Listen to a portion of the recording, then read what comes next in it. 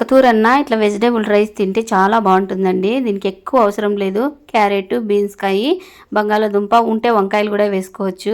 నేను కుక్కర్కి వేసుకుంటున్నాను. కుక్కర్లేకండి ఆయిల్ వేసుకొని మసాలా దినుసులు ఏవైనా వేసుకోవచ్చు. ఘాటు ఘాటుగా బాగుంటాయి. బిర్యానీ ఆకు, చెక్క, లవంగాను ఇవన్నీ వేసుకొని చూడండి ఆ కాయగూరలన్నీ వేసుకోండి. కొంచెం అల్లము, ఉప్పు, గరం మసాలా ఇవన్నీ వేసుకొని పచ్చిమిరపకాయలు కూడా వేసాను నేను.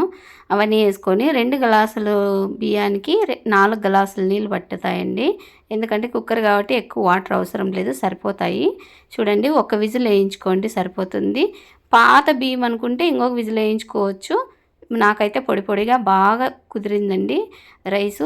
దీంట్లోకి చట్నీ అయినా బాగుంటుంది, కూర్మా అయినా బాగుంటుంది, లేదంటే పెరుగు పచ్చడి అయినా కూడా సూపర్గా ఉంటుందండి. నేను పెరుగు పచ్చడి చేశాను. ఈ చలికాలంలో అని కాకుండా పిల్లలకి అప్పుడప్పుడు ఇట్లా కూరగాయల అన్నం కూడా తినిపించాలండి.